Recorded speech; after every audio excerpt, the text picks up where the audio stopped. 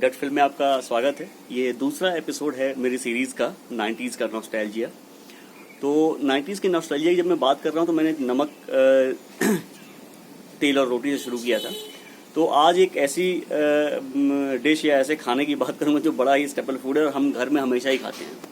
और बचपन में हमें याद है कि सुबह जब हम स्कूल जाते थे, 6वीं 7वीं के बाद मुझे याद है, उसके पहले तो सुबह सुबह स्कूल होता था। लेकिन जब 8 या 9 बजे से स्कूल होने लगा, सरकारी स्कूल में पढ़ते थे हम, गवर्नमेंट स्कूल में बलिया में, तो हम 9 बजे निकलते थे घर से, 8:30 9 बजे। तो हम पूरा वही खाना खा के आते थे और दिन में टिफिन में पराठे रखते थे।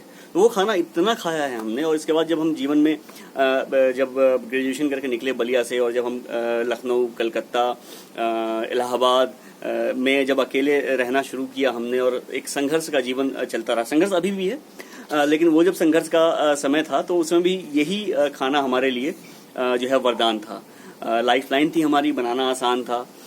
तो मम्मी लोग कई बार प्रयोग करते थे उसमें, और क्योंकि हम सब्जियां खाने में सबको दिक्कत होती है, मेरा छोटा सा बच्चा है उसको भी सब्जी खाने में भी दिक्कत होती है, और हम भी सब्जी खाने में दिक्कत करते थे। तो आलू हमारा एक पसंदीदा जो है वो सब्जी हुआ करती थी।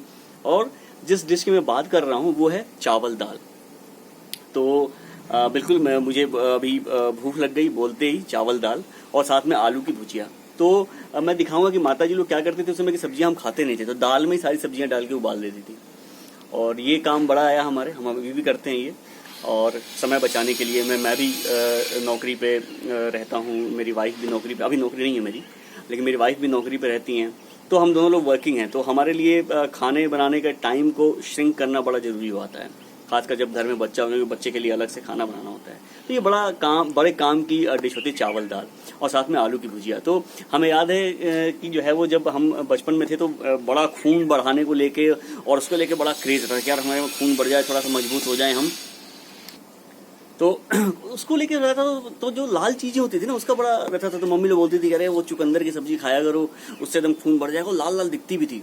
तो जैसे ही खाया तो खाना खाते थे, चुकंदर की सब्जी आलू में डाल के चावल रखा, उसको फिर देखते थे यार खून बढ़ा क्या, खून बढ़ा क्या। तो वो एक बड़ा क्रेज सा था।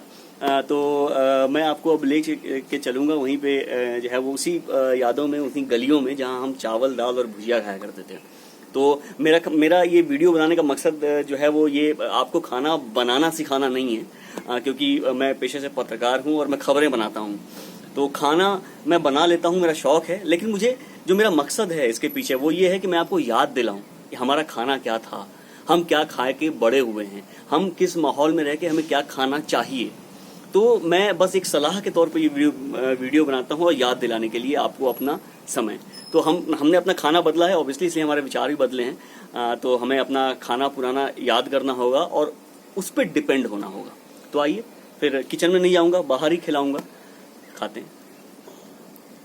तो आप ये देख रहे हैं थाली, आलू और चुकंदर की बचपन वाली सब्जी, बिल्कुल सिंपल सी दाल, जिसमें मैंने गाजर, बीन्स और कद्दू ये डाल के उबाल दिया इसको, और सादा चावल। तो आइए, तो एक बात ये ध्यान रखिएगा कि खाना तो अच्छा होता ही है, खाने का तरीका वो भी एक बहुत ही जरूरी चीज़ है। तो ये चम्मच वगैरह रखा हुआ है, कटोरी वाइफ ने निकाल दिया है, लेकिन मैं ऐसे खाऊंगा नहीं, तो मैं अभी दिखाता हूँ कैसे खाता हूँ। तो ये मैंने निकाल लिया, बिल्कुल देसी अंदाज जैसे बचपन में खाते थे। और ये आप देख रहे हैं मैंने इसमें ये मिलाया सारा।